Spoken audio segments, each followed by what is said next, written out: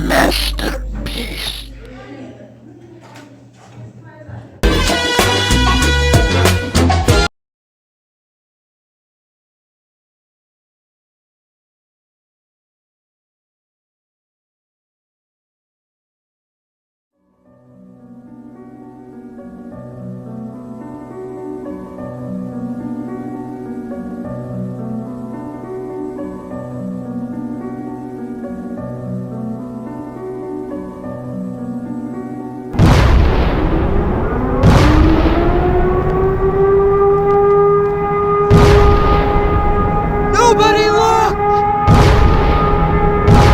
Touchy was released in 1989 by film deconstructionist Martin Arnold, and it was made and edited intentionally to look like this.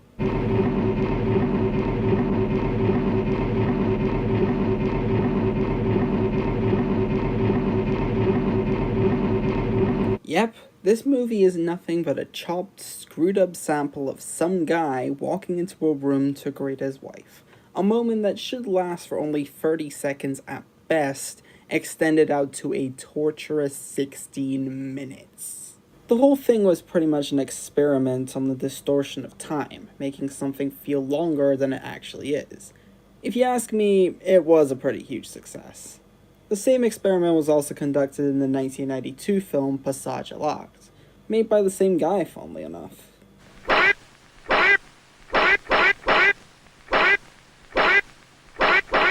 It's probably the most liminal experimental movie out there, but that's mainly considering that it's not even a movie at all, but rather just a scene that was extended out and distorted beyond recognition. The scene in question is from Robert Mulligan's 1962 seminal classic To Kill a Mockingbird, which is a film I've somehow never seen. I should get on that. This is in tangent to a similar film made by Peter Chakaski, who also threw his hand to the ring with this type of editing style in 1999's Outer Space, which follows a similar idea to what Arnold was doing with Passage, but instead it samples 1932's The Entity, but it's messier and somehow even more distorted. Those with epilepsy should watch this one at their own risk, because this one looks like a murder.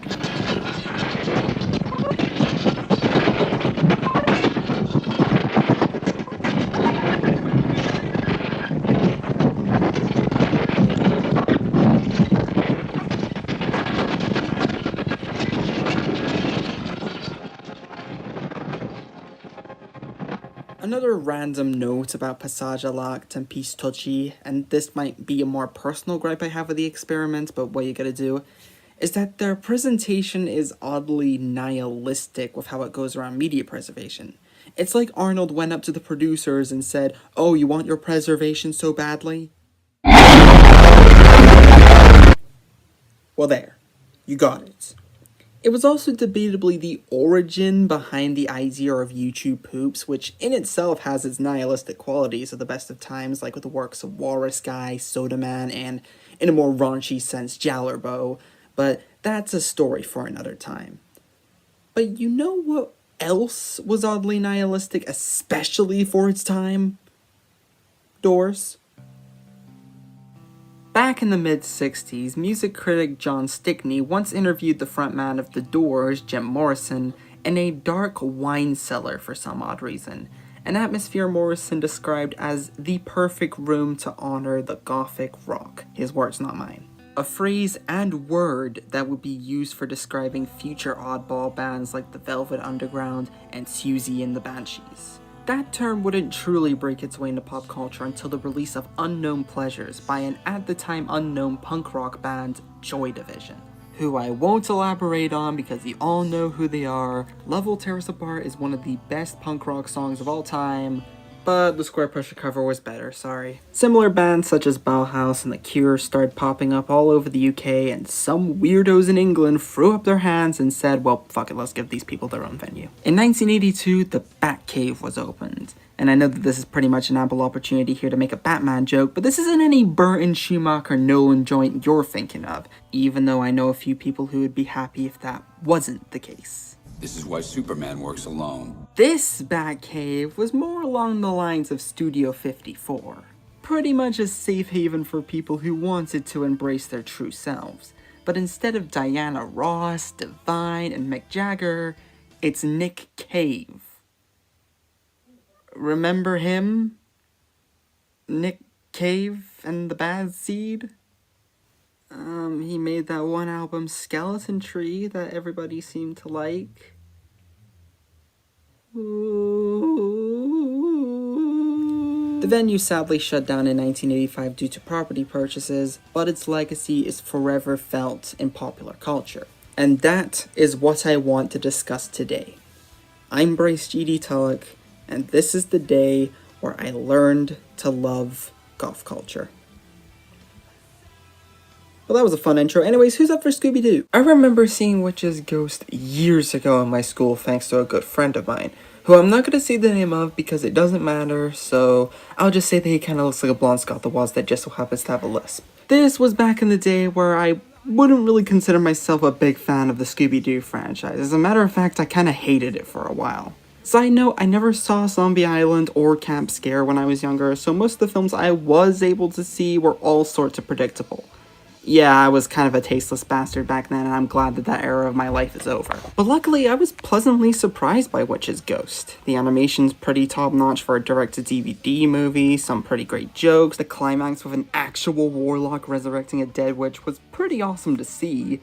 I mean, it's no Zombie Island, but it was a welcome breath of fresh air considering that most of the other Scooby projects I saw at the time had the exact same conclusion.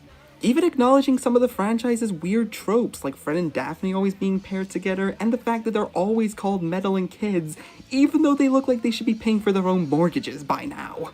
Yeah, well, at least he didn't call us kids. I hate that. Also the fact that Aphrodite pales in comparison to the Hex Girls. I'm sorry, what? Yep, the year of our Lord 1999, the year that gave us Len Steal My Sunshine and the Dudley Do-Right movie, gave birth to the fictional band The Hex Girls. They're, well... They're...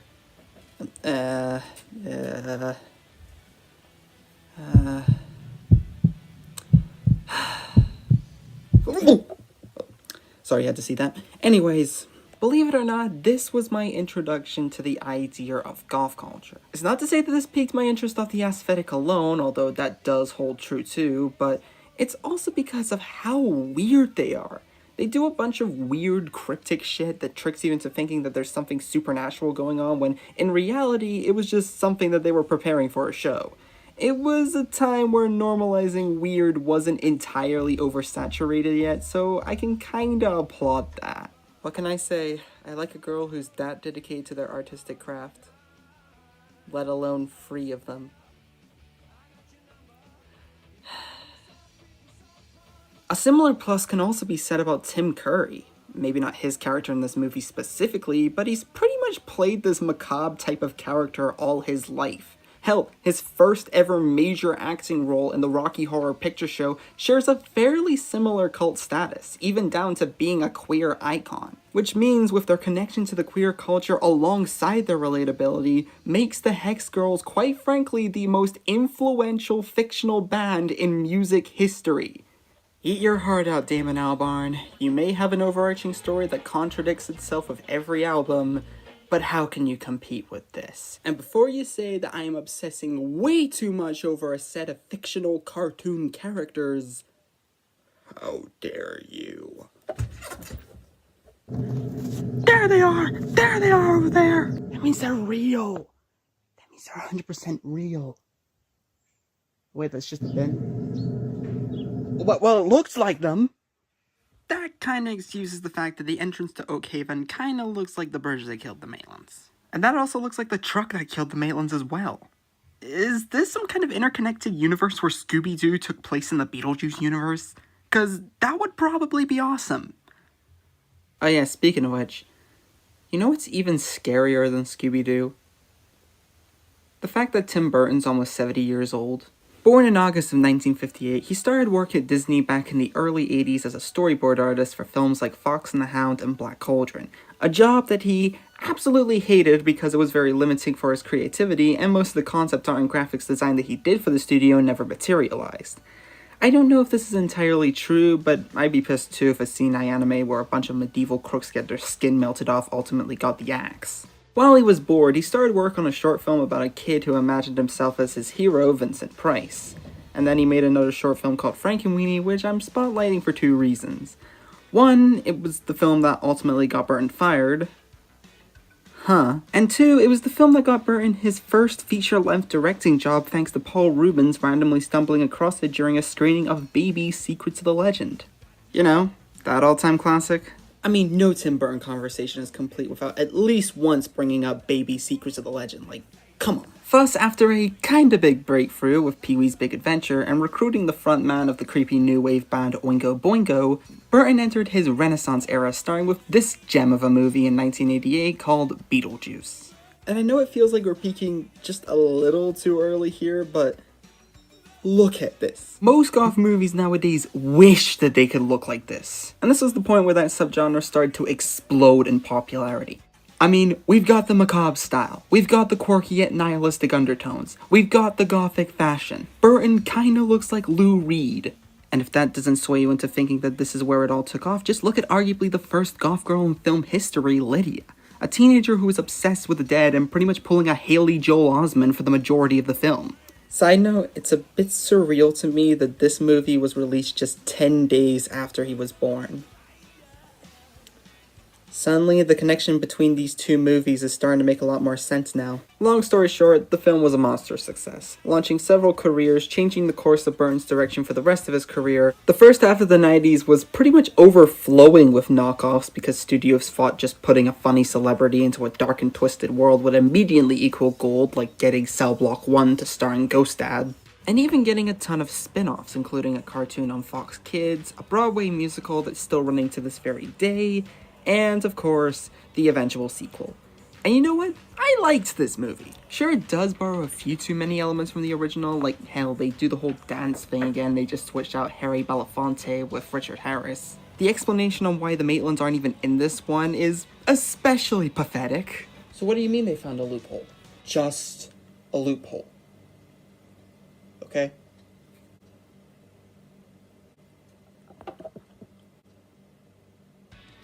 And some of the new storylines here ranged from being rushed to just plain stupid, like Jenna Ortega's character falling in love with a teenager serial killer ghost, which of course Beetlejuice gets rid of appropriately. But similar to the original, if you go into this with the mindset that this is a surreal, dark comedy and don't think about its inconsistencies too much, then you'll have an absolute blast. I love that I can now say that there's a movie where Danny DeVito was the source of everyone's problems. Those who've seen the movie know what I'm talking about. I had another Monica Bellucci dream. If you ask me, the run from this movie to Sleepy Hollow is practically untouchable. Nothing against Pee-wee, of course, that film was great, but you do have to remember that this was Tim's first time getting his feet wet in the feature-length gene pool, and most of his traits outside of a few select scenes are mostly absent. Speaking of his traits, remember when I said that Beetlejuice sort of dictated where Tim's career would go from there? Yeah, that's a pretty big understatement. They mostly all have extravagant set designs that are very reminiscent of a few 30s German expressionist films, bizarre characters with quirky personalities, a very dark and gothic yet fantastical tone, a few surreal depths for good measure, and my personal favorite trait of all of his films, Danny Elfman. As a matter of fact, out of all the films I've listed in his Renaissance era, only one is entirely original. And that was one that was released in 1996 and pretty much his only attempt at a troll film called Mars Attacks. A movie that has nothing to do with the rest of this video, and I only bring it up because it'd be really fun to do a video about troll films in the future, and this is one of my personal favorite examples, but oh look, there's a character who wears black for most of the movie, even has black sheets all over her bed, so kinda related? Can she see the Maitlands too? Something to note too that I'm only putting Burton in this video because he's the projector for the popularity of so many dark projects, and the fact that he's, or at least used to be, one of my favorite movie directors of all time. Like hell, I pretty much idolized him at a very young age, so much to the point where I started begging my mom to watch films like the Lord of the Rings movies and Mordecai, solely because it starred people that were affiliated with him. But he is fairly early on in this video because it is also to note that he isn't entirely goth as well, as hard as it is to believe. Hello, Jenna Ortega. Most of his films in the back end of his career kind of shy away from his usual signature style, and it kind of led to the most controversial part of his career, which I'm just going to label as the Dark Ages, lasting from Planet of the Apes to either Dumbo or now, depending on who you ask. The guy was so busy with everything at the time, whether it be bringing up smaller projects or making cameos in other really big blockbuster movies like Men in Black Free, so he didn't really have time to double check most of his projects to see if they were to his liking, leading to movies that, while they're still pretty good, aren't really up to snuff of what he's been putting out in the 90s. And some of them are just straight up bad. Planet of the Apes, Dark Shadows, Miss Peregrine's Home for Peculiar Children, Alice in Wonderland, Lollipops, the dreaded Dumbo remake. All of these should have worked in some capacity, but most of them are either really dull, painfully unfunny, uncharacteristic to the point of being soulless, and on top of that, their only saving grace half the time is their visual appeal, which even then can get tiring after a while. Dumbo looks like an exorcism. The most disappointing has to be Planet of the Apes, because the trailer for one actually looked pretty promising, building up this huge uprising against those damn dirty apes, and for the most part, it looked pretty awesome. Then the film came out, and to say that several fetishes were made that day is a pretty big understatement. It was made pretty clear that Burton's time as the godfather of the macabre was running short, and it was around that time when Planet of the Apes came out that it was time to pass the belt onto someone else. Yeah, he'll do.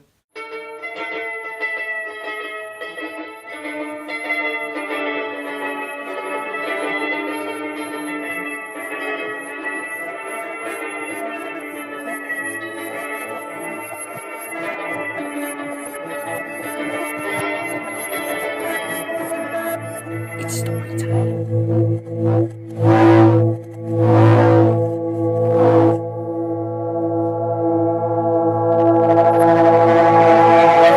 In 2001, John and Vasquez, the definitely not kid-friendly writer and illustrator for the definitely not kid-friendly Johnny the Homicidal Maniac, was approached by animated children's studio Nickelodeon to pitch a series.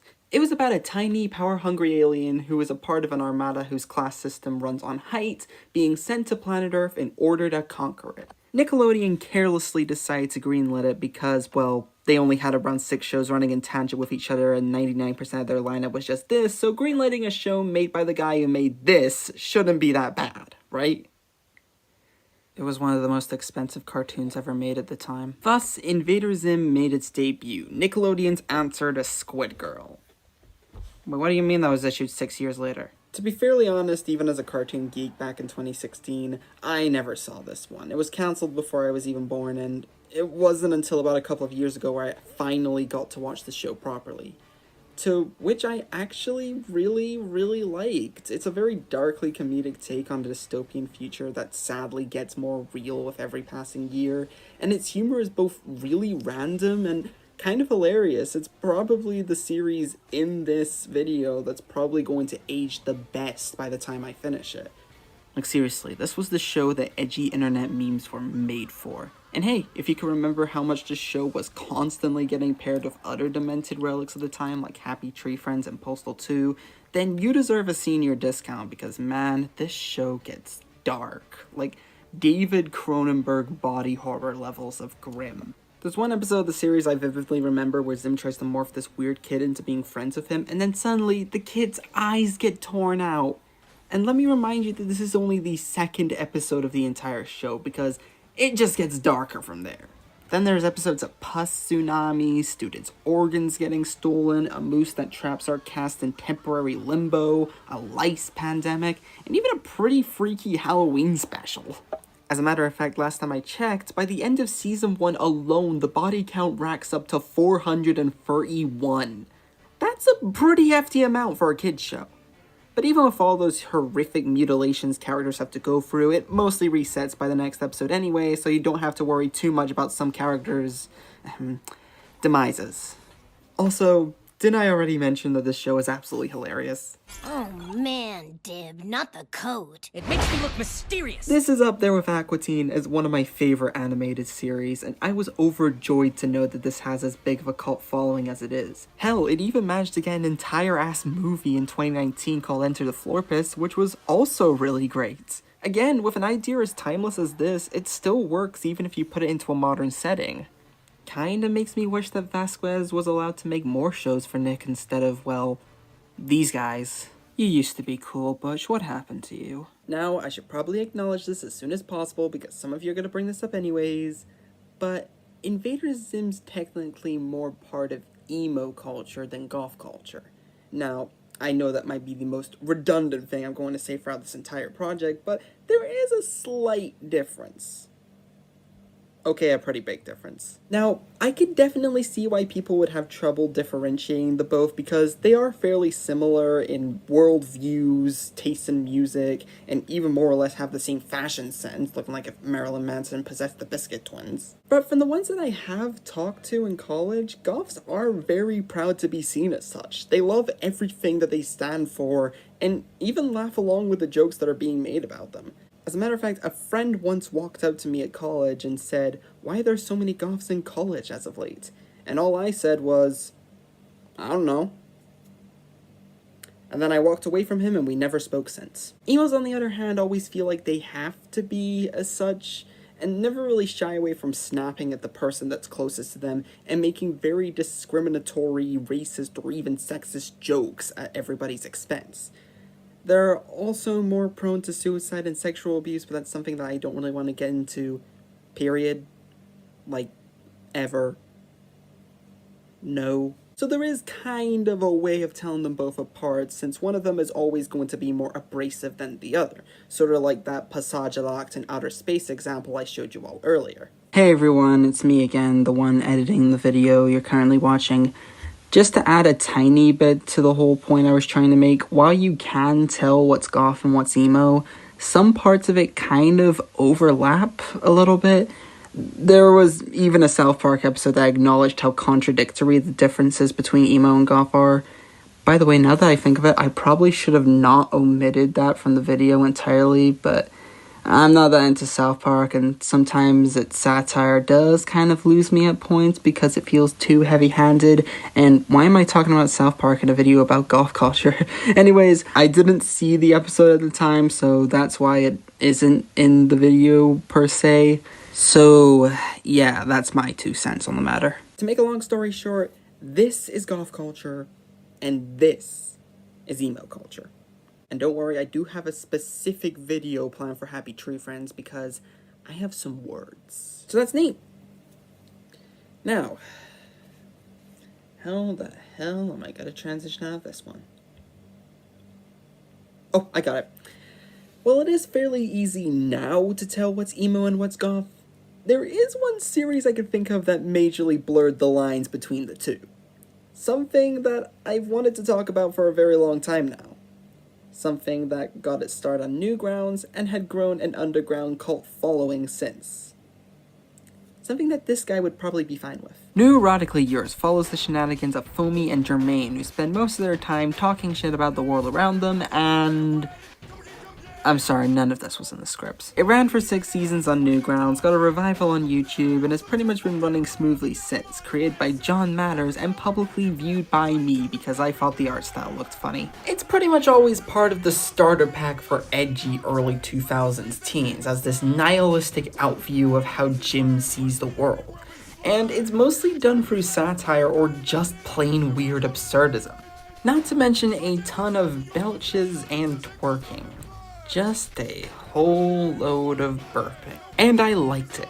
The show, I mean, not the burping. The whole thing is just bizarre from beginning to end. Most of the conversations don't really go anywhere, and yet they're all done through sheer sincerity and, relatability. Because let's face it, we've all gone through times where a squirrel started speaking to you about the state of the world while you're this close to blowing your own brains out.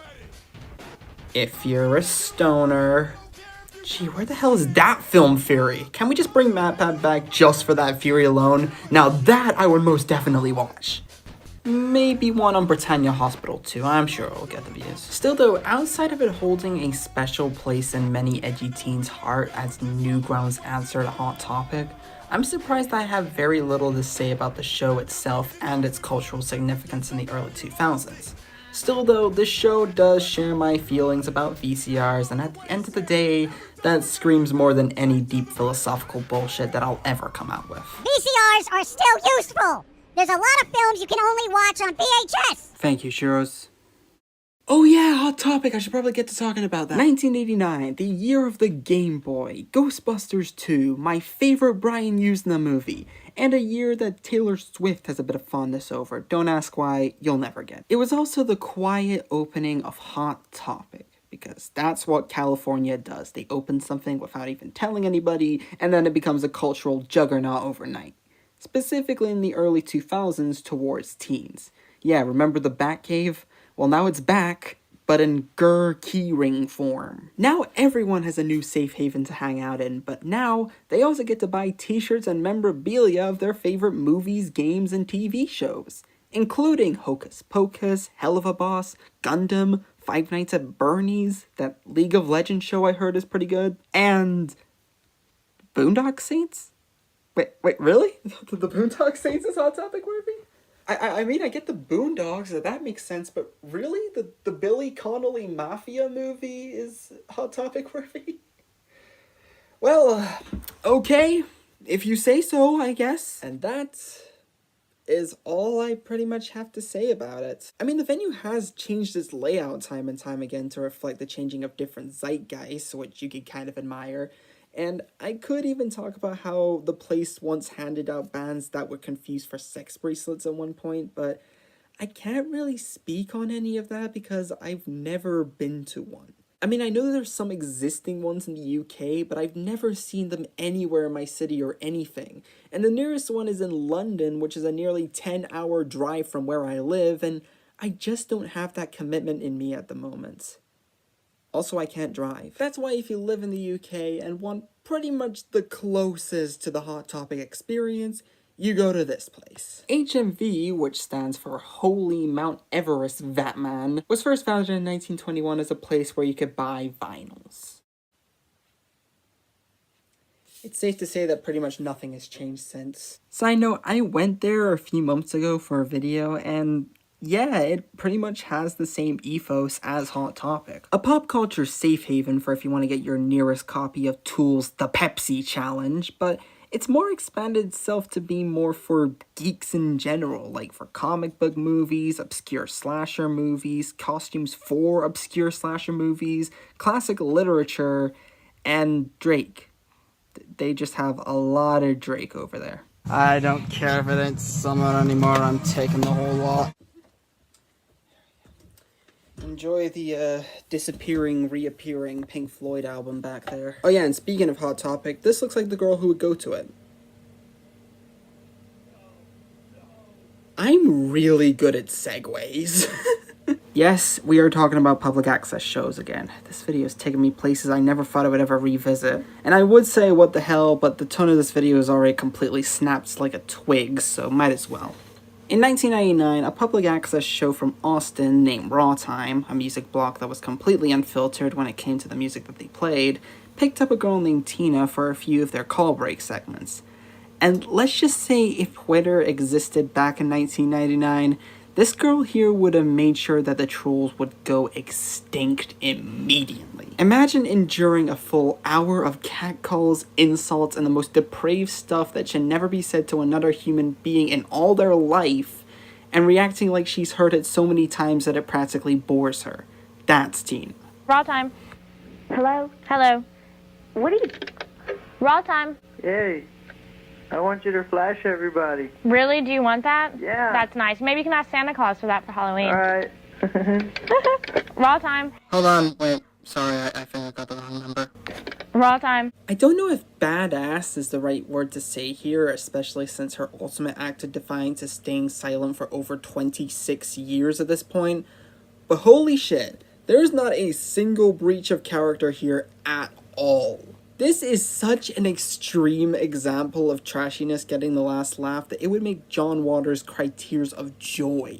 And that's all I really have to say about RawTime. Like, come on, I can't say something about everything that I cover in this video, especially here. This is a public access show, not network. See what I did there? Fight the good fight, Tina, wherever you are right now. And public access television, I don't know if you're still active in America, but I just want to say this. I know you had your assholes, but we miss you very much. Anyways, well, we've talked about how goth culture started, how it started to get popular, how it creates communities, how it resonates with you, how it makes you fall in love, how it makes you more self-aware about the crippling world around you, and how it makes you invincible to humiliation. Let's just talk about a quirky cartoon where a clown and wolf die over and over.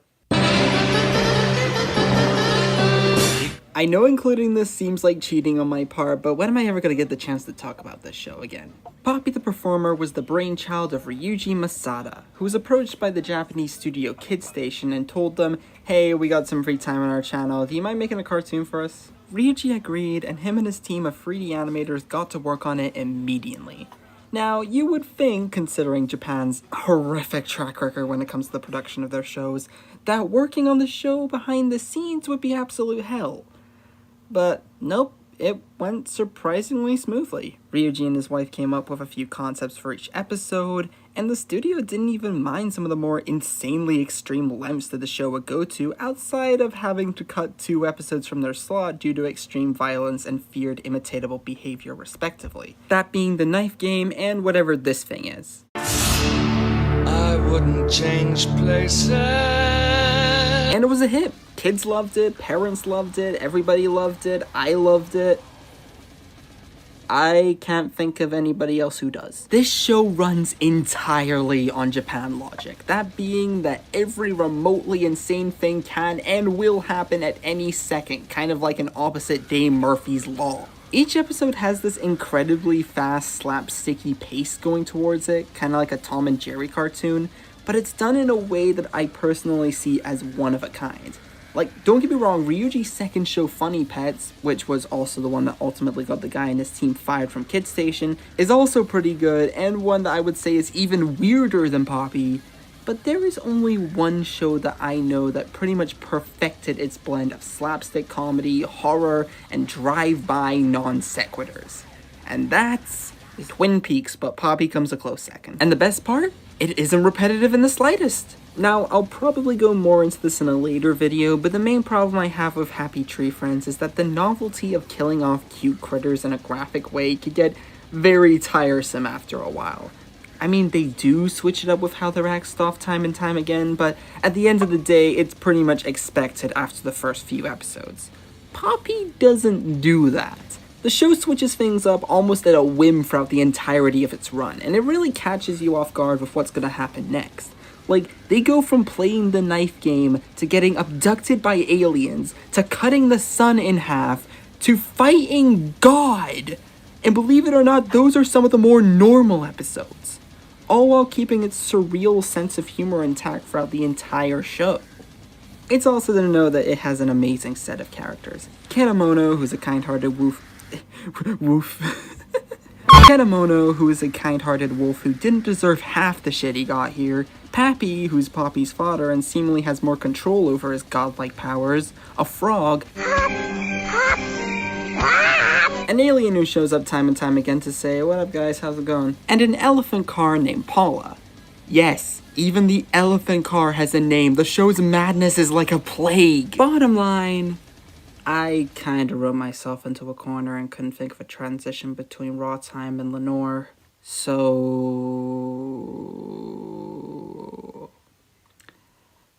let's talk about Lenore, the cute little dead girl. For 100 years, I was stuck motionless as that doll. Can you feel my pain? The pain? You're cute.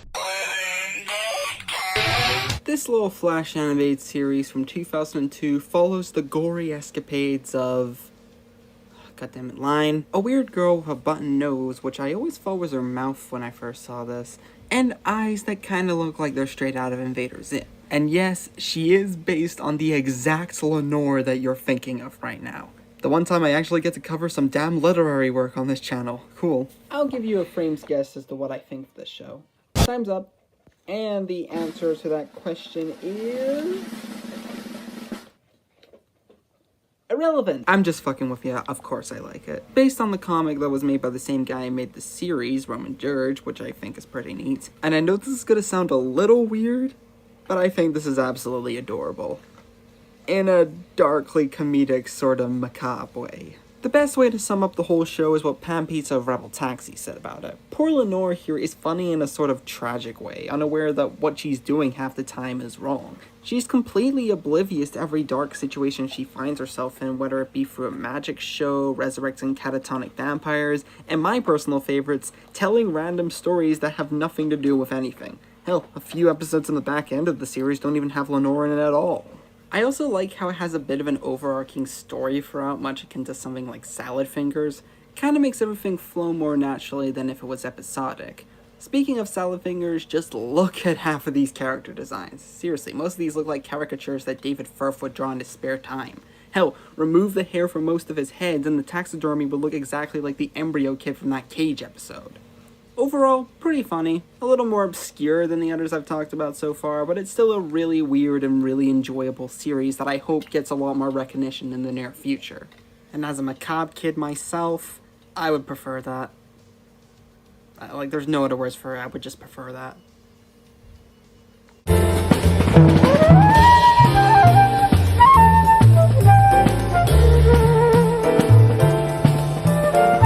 Yeah, she's pretty cool.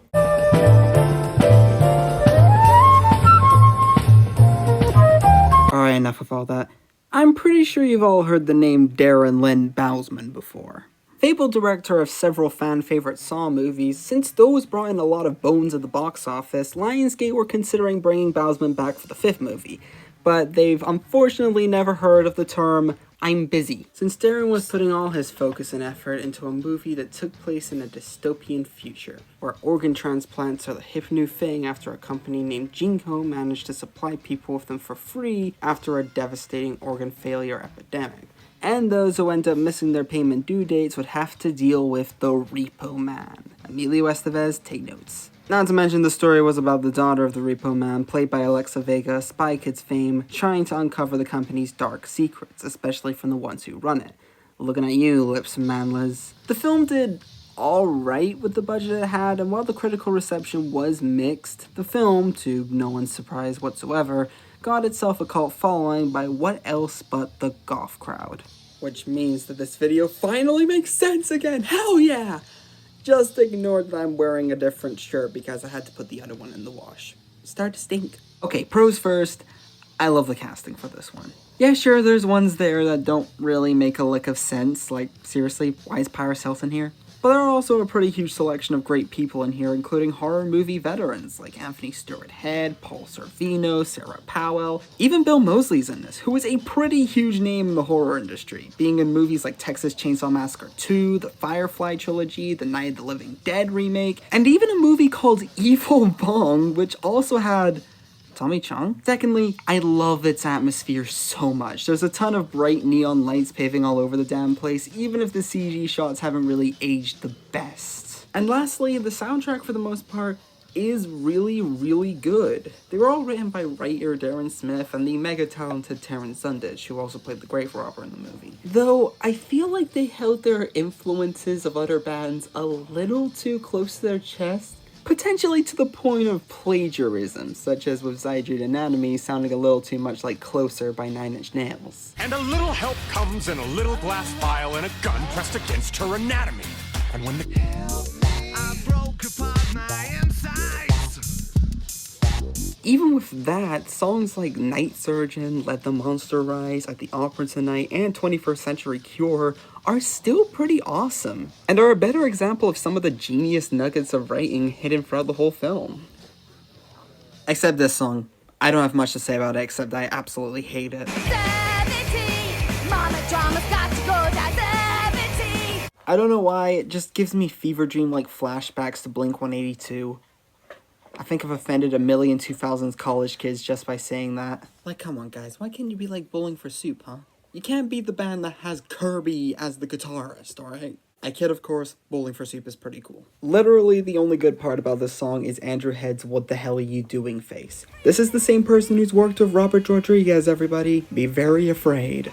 Though that does lead to one of my big problems with it. While there are some really great songs here, there are just a tad too many. I don't know, it just has around... Oh my god, I can't believe this is a real number. 56 songs. 56. 56! And this isn't including any of the 14 instrumental tracks that aren't on the soundtrack. That means including deleted scenes and the ones that were cut for pacing reasons, there are over 70 songs in this hour-and-a-half movie. That's more than Sound of Music, which had 16 songs. But at least that movie was merciful enough to be 3 hours, so they had time to space them out. This film is 94 minutes, and 68 of them are taken up by songs, meaning that 72.34% of the movie is all song. That's just too much, man. And the worst part is half of them aren't even that good. This film frustrates me as a music producer because half of them are out of sync with the rest of the vocals. Why? Did they not have time to cue most of them up or something before the initial release? I had no choice, you're a tough one to find, climbing through holes, tell me why do you hide? God, this is making my earlier Vaporwave work look like Lynn's Heaven Virtual Plaza in comparison.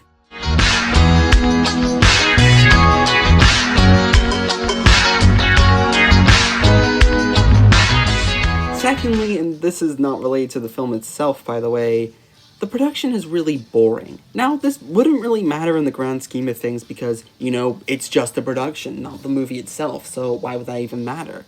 But I like to think that it kind of does, because there are so many fascinating stories behind how films are made, how the shots come together, the editing process, choosing the right cast, initial drafts of the script, and how different it is to the final product. This is one of the many reasons why I love Babylon as much as I do, because while it does have a ton of crazy party scenes and Tobey Maguire playing the scariest film producer since David Zaslav, it also delves very deeply into how a film is made back during that time period. Here, there's nothing interesting about what went on behind the scenes outside of it being a stage play first and a film second. After that, the production was pitched, they made the thing, and they released it in limited theaters. That's it. Also, I love Paul Sorvino, but Roddy's slurring his words like a milkshake. I cannot make out a single word he's trying to say here. I'll have one of my surgeons fix you up so you can sing. I'll take it to my death! I'm gone, Jinko, crumble. Hold your tongue before an elder. Hope you have my money. You forced my hand and made me do. It's too painful. What's he saying? No, Fox McCloud has a point. What is he trying to say?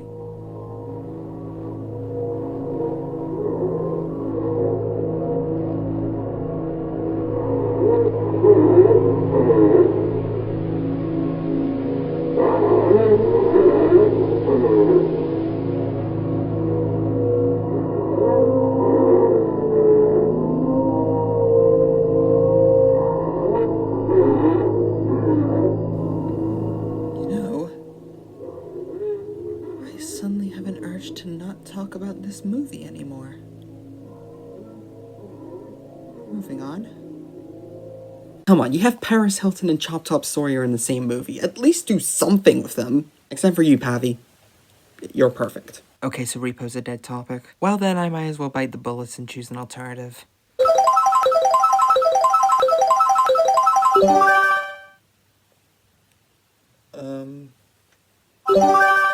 Yeah, that'll do. You ever watch Rocky Horror and wonder, what if? It was the height of David Bowie's career, coming off of 12 hit albums in a row. 11 hit albums in a row, and is widely considered as the first-ish goth movie. I'd say ish because Rocky Horror came out 8 years earlier and pretty much perfected that culture's obsession with leather. But it isn't technically a horror movie, so The Hunger automatically won. And I couldn't bring myself to talk about Anna and the Moods for a third time because... is it really necessary? Especially in this context? Imagine turning into paper when you go to sleep.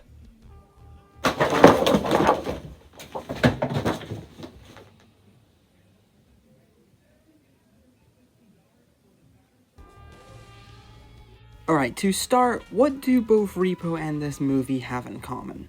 Well, they gained a cult following for the exact same community, they're both very stylized in how they use lighting, and they both feature pretty big celebrities in somewhat main roles. But unlike Repo, I actually kinda like this one. It's a vampire movie at its least accessible, being this sort of neo-noir type story with a heavy emphasis on the erotica. Apparently Bowie was really worried about how the public would react to it despite liking the more experimental route it took, stating that it could get a little too gory for his liking. Says the guy who worked with Graham Chapman, Martin Scorsese, and David Lynch, but I ain't gonna judge. But I do kinda see the point he's trying to make because the film can get a little exploitative at times, but that mostly takes a back seat for the sake of its neon gothic aesthetic, the soundtrack done by Howard Shore, which is enjoyably 80s by the way. And well, you've got David Bowie in your movie, might as well make the most of him while you can. Allegedly, the film is supposed to get a remake sometime in the future, but that was announced back in 2009, and chances of a company like Warner Brothers caring that much for a movie that niche is very, very slim. Which is a pretty big shame too, because writing and releasing this at the height of the subculture's boom in popularity in Britain, that was a pretty smart move on director Tony Scott's part. Speaking of which, you know Tony Scott? Very shortly after this, he would go on to direct the first Top Gun. There we go, that was your unnecessary fun fact for the day. Thank you for watching, make sure to like and subscribe, and be sure to like your pizza, otherwise we will call the police and make sure that you get tarred and feathered. So now that I think we've pretty much covered everything, now all we need to talk about is something music related. And narrowing it all down to one specific artist or band was a lot harder than I thought. And most of the ones people recommended to me weren't really what I was looking for. I listened to The Cure for the first time and I thought they were a tad overrated. Alright, come on, hurry up, get those pitchforks ready! I listened to Susie and the Banshees, and while I did like them, I wasn't really ready to write a review for all 11 of their studio albums. I listened to Sufjan Stevens and it made me sad, but then there's one band that I kinda forgot to bring up. One that kinda slipped past my radar for a while. One of the hugest frontrunners of the subculture's atom bomb explosion in pop culture, if not the hugest. One that I have been hinting to for quite a while. One force that sent a shockwave down the spines of many adolescent teens from all over the world and are still remembered as unstoppable icons to this very day. Or should I say, one tragedy, one band, 5 generation-defying albums. This video is about My Chemical Romance.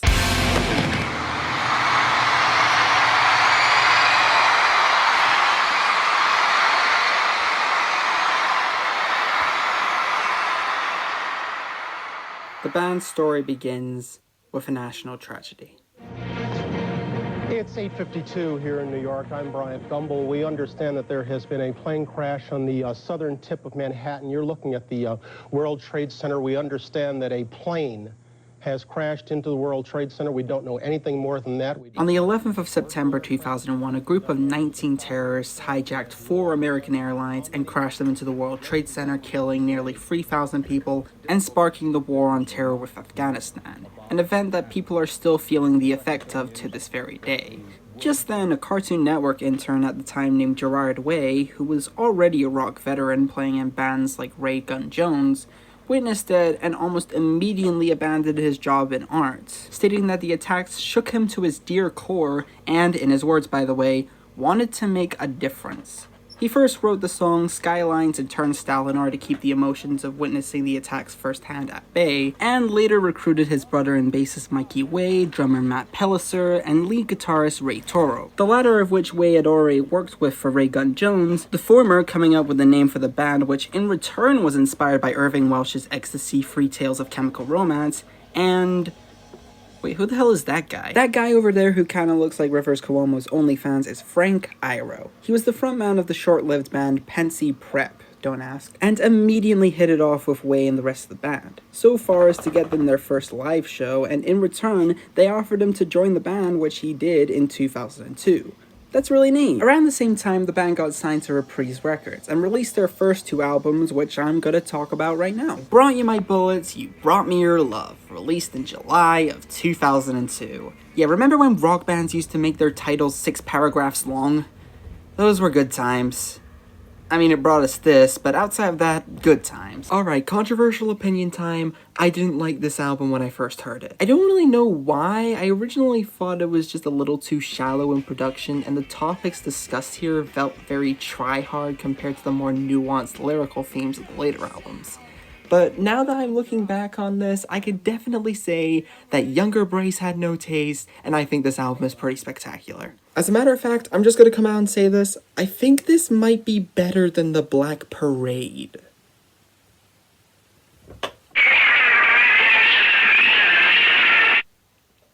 Ow. Anyways, the production on Bullets is pretty interesting. The closest comparison I can make here is that it sounds like a hi-fi demo cassette.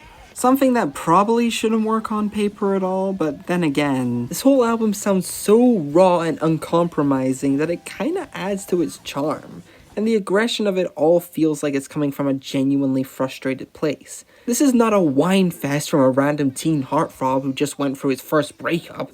This is a beyond angry man sharing his unfiltered thoughts. The opening track, Honey, This Mirror Isn't Big Enough for the Two of Us? Yes. The riff on here is strikingly memorable, and the vocal layerings are so chaotic that it's actually kinda terrifying. Early Sunsets Over Monroeville? Absolutely. An almost post-rock-esque ballad where the voice cracking for once doesn't make me wince in embarrassment, and is also apparently inspired by George A. Romero's Dawn of the Dead? To be fair, who wouldn't want to look like the gun barrel zombie?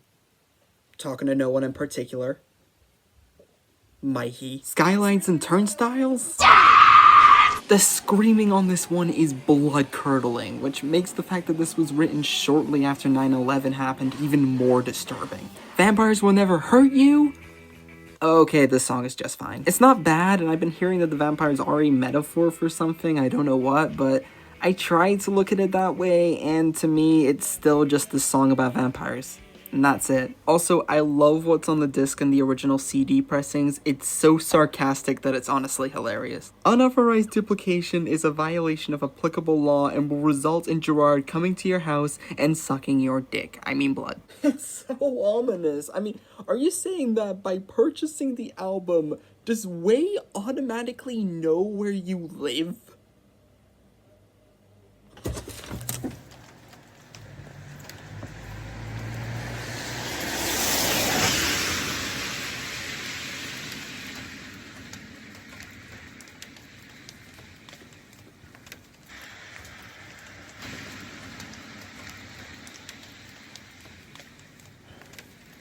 About the CD, I do what I want. Also, it's been theorized time and time again that this is a concept album about a couple with a vampire complex going around killing people and then getting shot down in the desert Bonnie and Clyde style. The next album, Three Cheers, continues off from that, where a man ends up in hell and makes a deal with the devil to kill, and I quote here, 1,000 evil men so that he could reunite with the woman that he loves. It's never really been confirmed by the band themselves. The only connection I could think of is what Gerard said about Three Cheers on its initial release, but I do see that being the case. Especially since if you look past the bandaged upside down Houdini on the disc, the outlines of Bullet's cover do look fairly similar to the cover of Three Cheers. I mean, it kinda makes sense. I mean, I don't know who I'll have to kill again, emo version of Cuphead.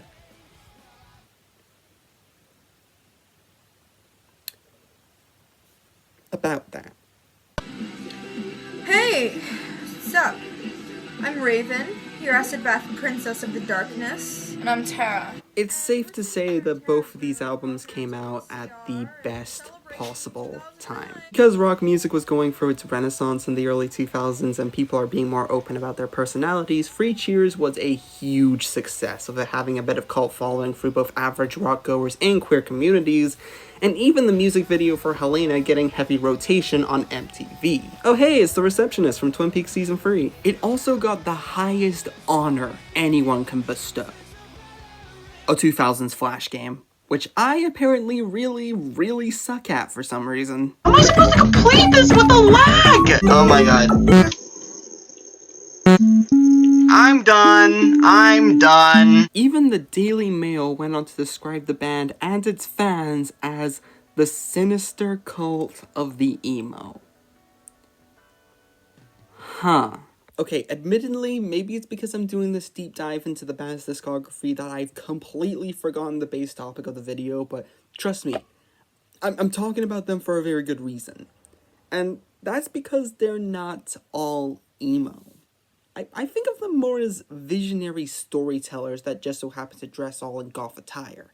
Especially when you take that Bullets and Cheers or concept albums theory in mind. Not to mention that there's a blurb on Wikipedia in the LGBT community section of the band's page that sounded very identical to the Batcave, which was accepting people who felt like complete outcasts, so that whole emo typecast for MCR isn't very sound to me. There's also another album that they made later down the line that practically sounded nothing like their earlier work, but we'll get those killjoys to make some noise when we get there. But let's not talk about the future and focus on the now, and right now I'm saying that Free Cheers has aged surprisingly really well. The band's songwriting and compositions here are at full swing, with ideas that range from depressing to utterly haunting.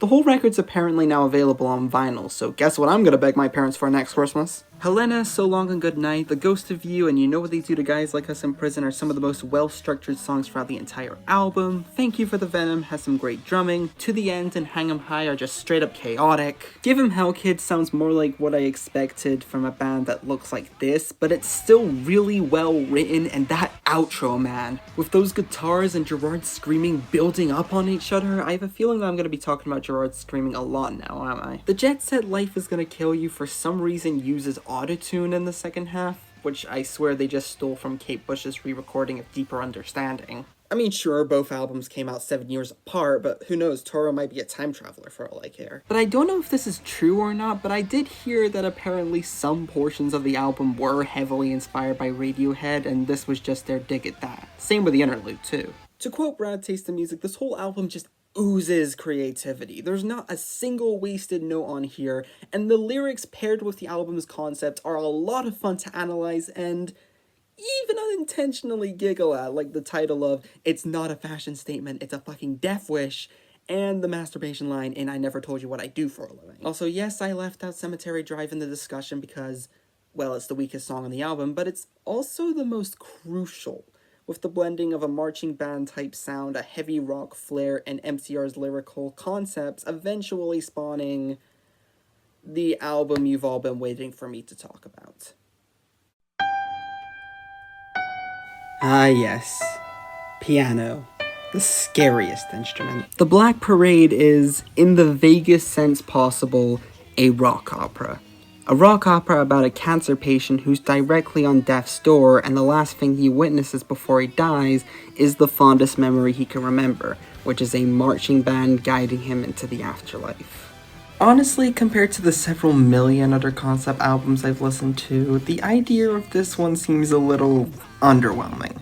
Especially compared to how bonkers Free Cheers' concept was. Hell, the Mars Volta album, Deloused in the Comatorium, is about a man ending up in a week-long coma after overdosing on rat poison, and that ended up being a much more interesting idea for an album. But sometimes the story basis doesn't really matter in the grand scheme of things. The real question here is the music any good? Well, yeah, it goes without saying. No ifs and or buts, The Black Parade is their magnum opus. The album that perfected everything that the two albums before this were building up to in terms of writing, production, theatricality, and just great music in general. And people liked it. Really liked it. As a matter of fact, people liked this album so much and have talked about it so much that I don't think I'll be able to do it any justice because everything had already been said. So let's just talk about the music video for the album's lead-off single because I can't think of anything better to fill the time.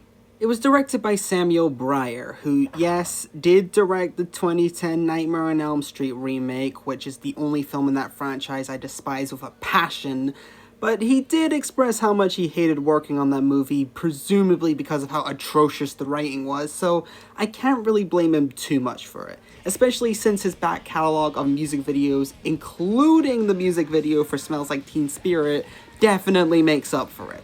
And this is no exception.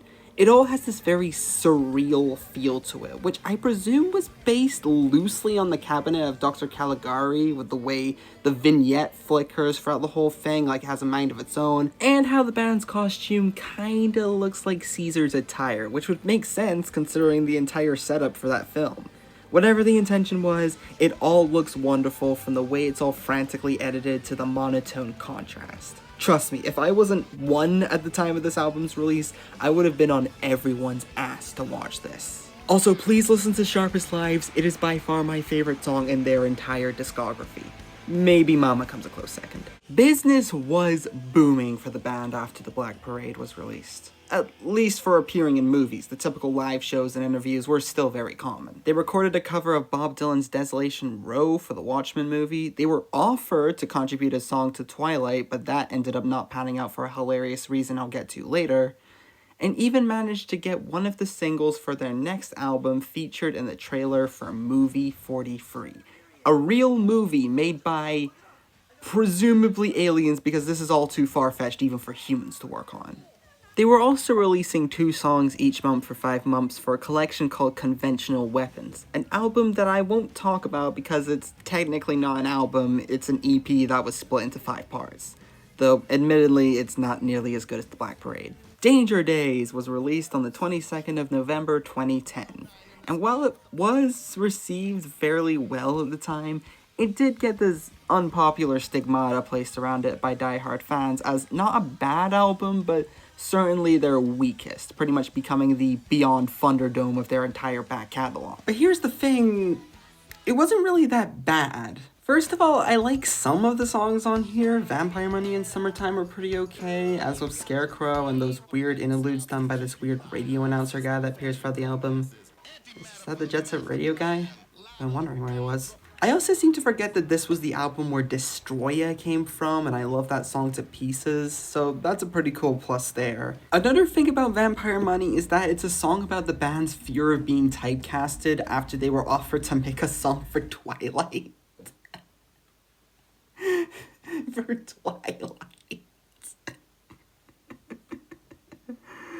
So this is how you're represented. Unbelievable. Why did I sound like Sylvester Stallone? But on the other hand, I get it. I really do. This feels nothing like the band that people once knew. MCR went from making larger-than-life spectacles, coming up with crazier and more soul-crushing concept albums, and then they just decide to not do any of that and decide to make a record that sounds like a slightly less annoying Fall Out Boy.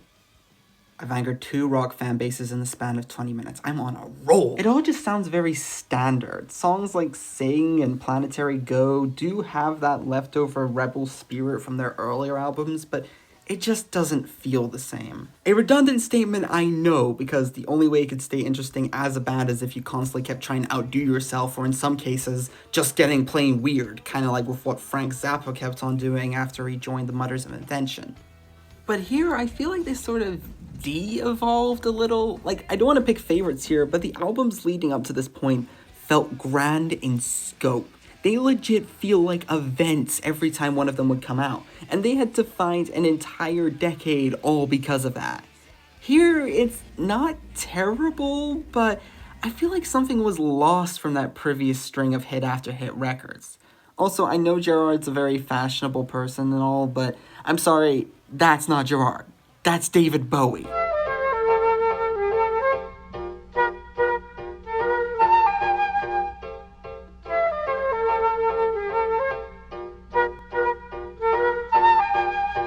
Which leads to the very last thing I want to talk about for this video. And that's, while I've been trying to make sense for this whole thing of what counts or what doesn't count as Goth, I forgot to bring up how unbelievably crappy it's gotten. And I ain't talking about my hair. I desperately need a haircut. TikTok, the very thing that everybody likes to poke fun of for ruining every culture it got its hands on, is something that I have a bit of a vendetta against. And the reason why is that it pretty much caused goth culture to not really have a proper meaning anymore. Going from dressing in black because of a genuine love for morbidity and feeling safe around people who have a similar stance on rebel behavior, to dressing in black just to feel a little quirky. Nowadays Nowadays, they're all very socially awkward, which I'm mostly fine with. Hell, Ruby Gloom had a pretty similar Quirkfest style going towards it, and that was perfectly serviceable for a kid's show. I know everybody wants me to talk about this show, so, misery. The worst part is that the entire subculture had been hijacked by complete posers who genuinely aren't interested in its roots and rebellion and just do this as a means of causing men to thirst for them. This isn't even a subculture anymore. This is borderline Melanie Martinez levels of fetishization. Yeah, you know the one. It's gotten so bad that it's typecasting countless projects that simply just had a darker, more pessimistic tone to them. Like, come on, what did Invader Zim ever do to you? And even worse, it's dragging the alternative style down with it. Now, if anyone dares to dress in a way that's in any way untraditional, you're labeled as a goth right on the packaging. The Pixies, Alice in Chains, and, lest we forget, Nirvana, are also being pegged as goth despite having none of the traits that would make it as such, all because they're depressed people writing about feelings of pessimism. I guess you're just not allowed to write about your own feelings anymore, all because people are going to compare you to Jesse Pinkman. This is all your fault, you overhyped artsy mess! Just kidding, I actually like that show quite a bit. Not the memes though. They could die in a ditch. It's becoming less about outcasts accepting each other, which is why I had such a firm fascination with it when I was younger. I always felt like it was about not hiding who you really are and not taking any shit from anyone. An ideology that I've held near and dear to my chest for nearly 2 decades of my time on Earth. And all that being morphed into something it's not, which is an over-sexualized fetish, kinda breaks my heart a little bit. And would you look at that, I suddenly don't feel bad about it being banned in America. Who knows, maybe it's just going through a bit of a phase at the moment and it'll circle back to focusing on rebellion again. But for now, I'm confident in saying that I well and truly despise mainstream goth culture for trying to bury what made it so beloved in the first place. And no, tits have nothing to do with it. For the most part. Would you look at the time? It looks like I'm gonna go and sit at this window and wait for Armageddon to start. Won't be long now. I'm bored. Gotta go get a drink.